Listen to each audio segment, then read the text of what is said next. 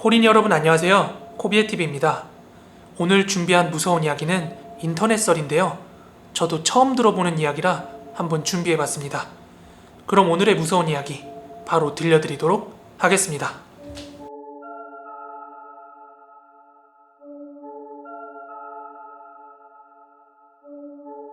제가 살고 있는 동네 바로 옆에는 미싱 공장이 하나 있었습니다. 공장 내부에서는 매일같이 요란한 미싱 소리가 들려왔고요. 위생복 비슷하게 생긴 작업복을 입은 아주머니들께서 매일같이 미싱을 돌리고 계셨습니다. 점심시간엔 직원들이 공장 밖에 나와서 빵이랑 우유 등을 먹으면서 짧은 점심시간을 보냈고요. 가끔은 동네에 있는 식당에 가서 식사를 하기도 하더라고요. 그러던 어느 날이었어요. 그 옆 동네 미싱 공장에서 새카만 연기가 피어오르기 시작했습니다. 네, 화재였습니다. 활활 타오르는 그런 불길은 보이지 않았지만 공장 안에서 자욱한 검은 연기가 불길처럼 활활 타오르면서 하늘로 뻗어나가고 있었습니다.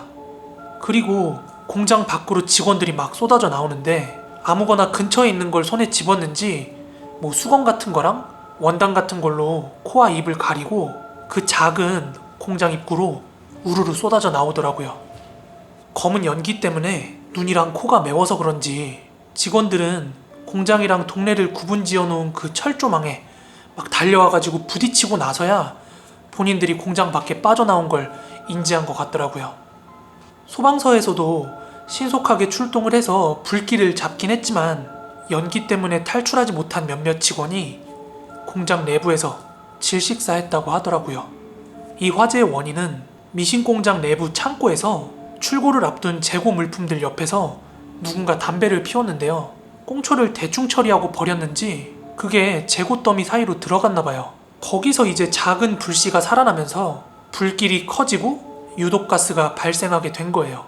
그런데 창고 안에서는 이미 불길이 많이 커졌고 연기도 꽉꽉 차 있는 상태에서 그걸 모르고 있던 직원들이 창고 문을 개방하는 바람에 순식간에 유독가스가 미싱 공장 내부를 채웠다고 합니다.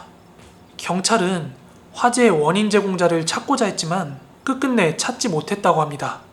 그런데 생존자들이랑 동네 사람들 사이에서는 공장에서 작업 시간에 창고에서 담배 피울 사람이 누가 있냐며 공장 사장의 아들놈이 범인일 거다 이런 소문이 나돌기 시작했습니다.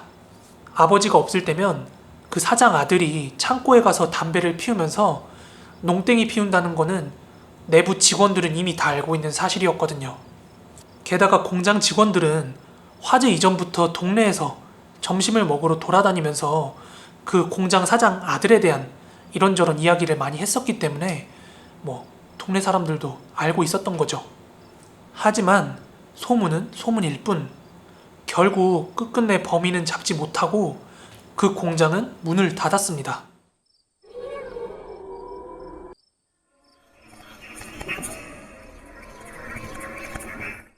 그 건물은 연기에 검게 그을린 자국이 워낙 심해서 밖에서 볼 때조차도 저 건물은 다시 부수고 새로 지어야 할 판이다 이렇게 생각하기에 충분할 정도였어요.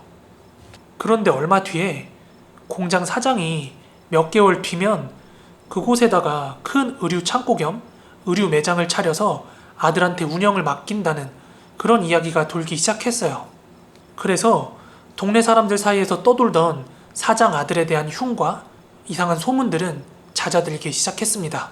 게다가 동네에는 큰 규모의 의류 매장이 없었기 때문에 내심 동네 아줌마들은 기대하는 분위기였어요. 그렇게 공장 건물은 수개월간 방치가 됩니다. 그 건물은 동네 초등학생들 사이에서 굉장한 관심을 끌게 됩니다. 당시 동네에는 변변찮은 놀이시설이 없었기 때문에 초등학생들에게는 학교 운동장 다음으로 넓은 놀이터가 생긴 기분이었죠. 그리고 하루는 초등학교 3학년짜리 아이들이 축구공 하나만 덜렁 들고 그 공장 부지로 들어갑니다. 검게 그을린 미싱 공장 건물 입구 그리고 미싱 공장 철조망 울타리를 꼴대 삼아서 아이들은 두 팀으로 나뉘어서 축구를 하기 시작했습니다. 애들 축구가 뭐 있겠어요? 이리 우르르 저리 우르르 다니면서 축구를 하던 참에 마침내 한 아이가 공장 입구 골대 쪽으로 공을 힘차게 찼는데요. 깍두기로 불리는 아이가 골키퍼를 맡고 있었지만 운동신경이 있을 리는 만무했죠. 결국 공은 깍두기 뒤로 빠져버렸고 미신공장 건물 내부로 들어가 버렸습니다. 같은 편 아이들은 그 깍두기 골키퍼를 비난하기 시작했고 결국에 그 깍두기는 공을 찾으러 그 공장 입구를 향해 들어가게 됩니다. 다른 아이들은 그 공장 앞에 서서 골키퍼가 잘못했니? 너희가 잘못했니? 이렇게 투닥투닥거리고 있었는데요. 아무리 기다리고 기다려도 깍두기가 공을 가지고 나오지 않는 거예요. 처음엔 왜 이렇게 안 나오냐고 짜증을 내던 아이들도 시간이 길어짐에 따라 두려움을 느끼고 있었습니다. 애들은 공장 입구에 서서 안쪽으로 연신 깍두기의 이름을 불렀지만 아무리 불러도 대답이 없으니까 그 중에 겁이 많던 아이 하나가 울먹거리기 시작한 거예요. 그러던 중에 패거리 중에서 가장 덩치가 크고 겁이 없었던 한 친구가 선봉이 돼서 친구들 다 같이 건물 안으로 들어가기로 합니다. 공장 내부는 화재 때 발생한 검은 연기 때문에 전부 검게 그을린 상태였어요. 천장도, 바닥도, 그리고 기계들도 전부요. 게다가 전기 공급도 끊겼으니까 완전 암흑 그 자체였죠. 아이들은 서로 손을 맞잡고 일렬로 서가지고 공장으로 들어가기 시작했고요. 맨 마지막에 따라오던 아이는 공장 입구에 서 있기로 했어요. 공장 안으로 제일 먼저 들어간 그 덩치가 큰 아이는 점점 그 어둠 속에서 눈이 시야가 적응하기 시작했어요.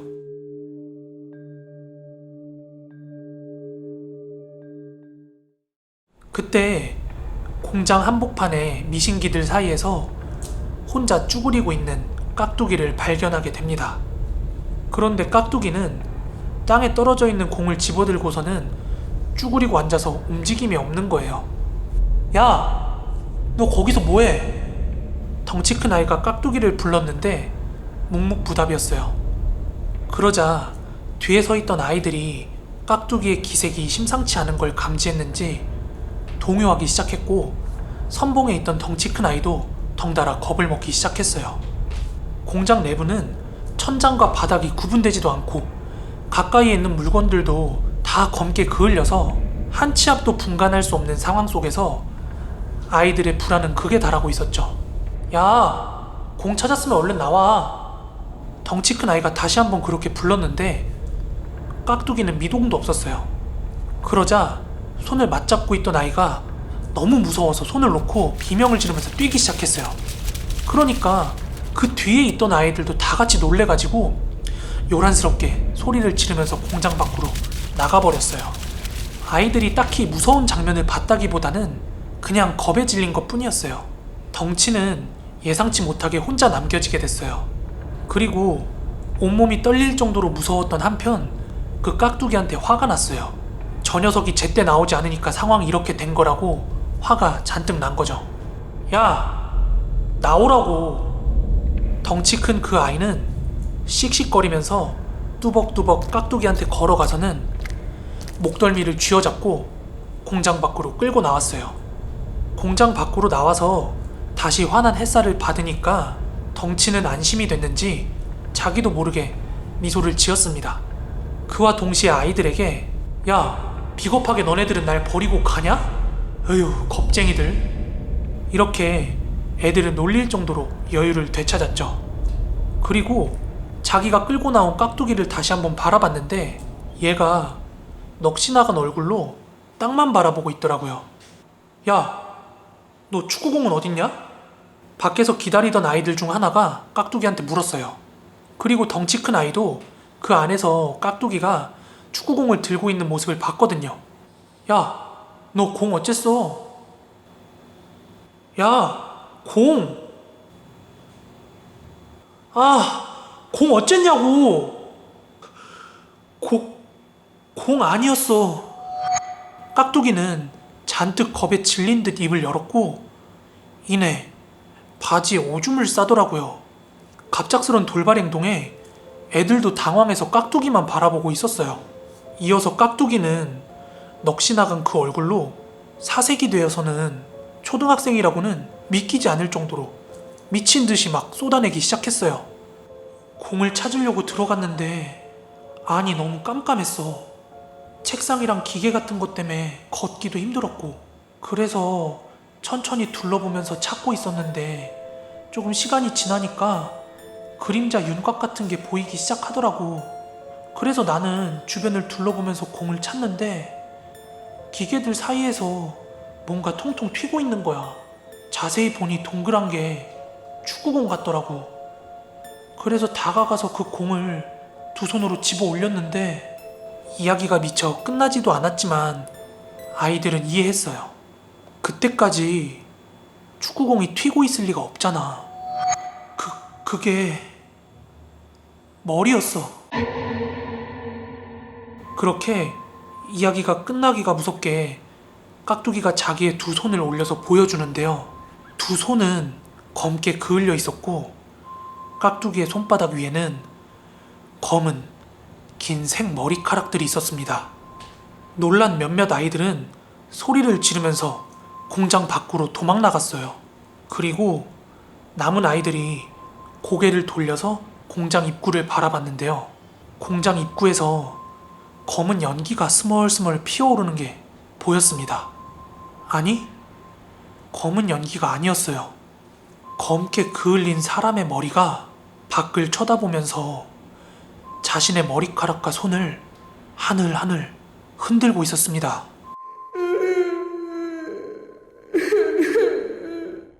이윽고 남아있던 아이들은 깍두기를 버리고 죄다 소리를 지르면서 공장을 도망쳐 떠났어요. 그리고 집에 돌아간 아이들은 부모님한테 이 사실을 알렸고요.